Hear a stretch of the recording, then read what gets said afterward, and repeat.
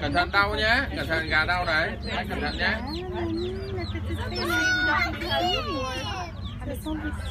Con phải để sang kia đi, con để ở bên này mà.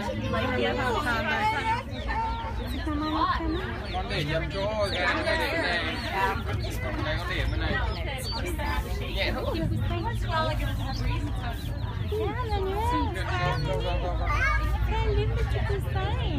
Ah oui, c'est tout petit, hein? Allô,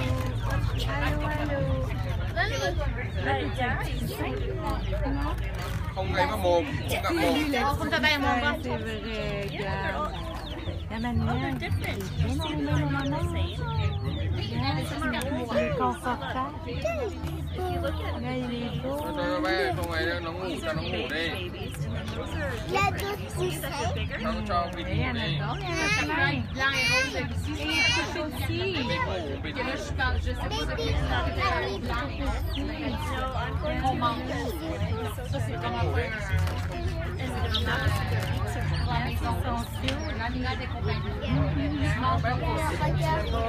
Là,